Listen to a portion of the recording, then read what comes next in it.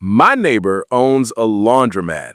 For years, I thought that was kind of a sad way to make a living. Then I found out what he actually takes home every month, and I stopped feeling sorry for him and started asking him questions instead. Here is the thing nobody tells you about getting wealthy in America. It rarely comes from the exciting idea. It comes from the idea everyone else is too embarrassed to try.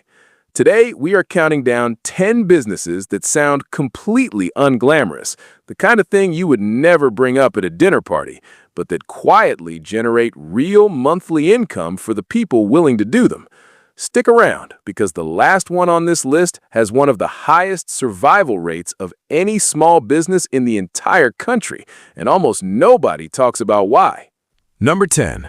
Commercial plumbing specifically for restaurants and commercial kitchens. Everybody jokes about how expensive plumbers are until their kitchen sink backs up in the middle of a dinner rush. A restaurant cannot wait a week for a repair. If the drain is clogged, they are losing money every single hour it stays broken. Plumbers who build steady maintenance contracts with restaurants, plus emergency service on top of that, typically bring in somewhere between $150,000 and $300,000 a year. The people who specialize specifically in commercial kitchens tend to do even better because they are not competing with every general plumber in town. They are the only name a restaurant owner has saved in their phone for when things go wrong at 11 at night. Number 9. Electrical work, focused on electric vehicle charger installation and smart home wiring. Regular electrical work has always paid decently, but something shifted over the last few years. More homes are installing EV chargers in their garages, and most traditional electricians still are not set up to handle that specific kind of installation. The electricians who did specialize early are now charging well above $250 an hour for that specific work compared to standard electrical rates. It is the same trade people have done for decades. The only thing that changed is which direction they pointed it in. Number 8. Heavy equipment and tool rental. Think about scaffolding, industrial mowers, professional-grade saws. These things cost thousands of dollars, and most people only need them for a few days at a time.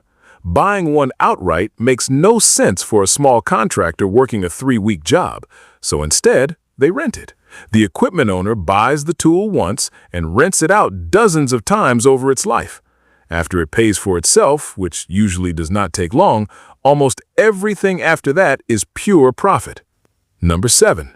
ATM machines. This one surprises people every time. You are not selling anything. You are not serving customers. You are simply placing a machine in a location with heavy foot traffic, a bar, a laundromat, a corner store, keeping it stocked with cash and collecting a fee every time someone uses it. A well-placed machine can generate somewhere between $1,000 and $3,000 a month in pure profit. And here is the part that makes it even better. If you already have a relationship with a business owner for one of these placement-style businesses, they are usually open to adding a second machine too, which means you are earning twice from the same location without doubling your workload. Number 6. Vending machines. Same idea, different product. A well-placed machine in an office building, a gym, or a factory floor can bring in anywhere from $300 to $1,000 a month. The trick is not the snacks or the drinks, it is the location. Somebody who owns 50 machines across a city is not out there restocking each one personally. They have a route, sometimes a contracted route, and the money comes in whether they touch a single machine that week or not. Number 5. Bookkeeping for small businesses. This one has nothing to do with machines or equipment. It is just numbers on a screen. Almost every small business owner in this country needs their books kept up to date, and almost none of them want to do it themselves. That is why they pay anywhere from $500 to $1,500 a month for someone else to handle it. Do the simple math. 10 clients paying $1,000 a month each is $10,000 a month, and you do not need an office or a single employee to make that happen. You are not selling a fancy credential, you are selling the relief of not having to think about it. Number 4. Residential and commercial cleaning. People dismiss this one immediately because it sounds too simple, but a single person with just 5 recurring weekly clients can bring in somewhere between $5,000 and $8,000 a month. Scale that up to a small crew of 4 people, and that number can jump into the $25,000 to $40,000 range monthly, with margins that regularly land between 35% and 50%.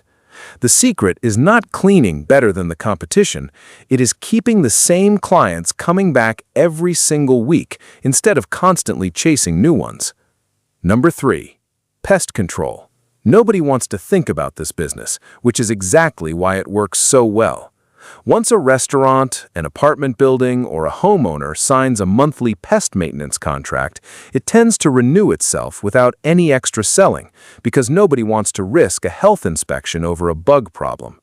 This is one of the rare services where the client comes looking for you instead of you having to go convince them. Number 2. Self-storage rental. Every city in America seems to be adding more storage facilities, and there's a clear reason why. New homes and apartments keep getting smaller, but people are not accumulating less stuff, they are accumulating more. Storage does not sell space, it sells a solution to a problem that modern life keeps creating on its own. And here's something worth knowing. A growing share of renters are not families between moves anymore. They are small online sellers using storage units as cheap makeshift warehouses instead of paying for real commercial space. And number 1, the coin laundromat. This is the one I told you about at the start, and it is the one worth paying the closest attention to. People need clean clothes no matter what the economy is doing, no matter what new technology comes out, no matter what trends come and go. That kind of demand almost never disappears. Industry data shows that a huge majority of laundromats are still open and operating 5 years after they start, a survival rate that most small businesses, especially restaurants, can only dream of. And a growing portion of laundromat income today is not even coming from the washing machines themselves. It is coming from the vending machines inside, the ATM in the corner, and the free Wi-Fi that keeps people sitting there a little longer. Without anyone really planning it that way, a laundromat quietly turns into 3 or 4 small businesses running under one roof. So here is the pattern running through this entire list if you noticed it.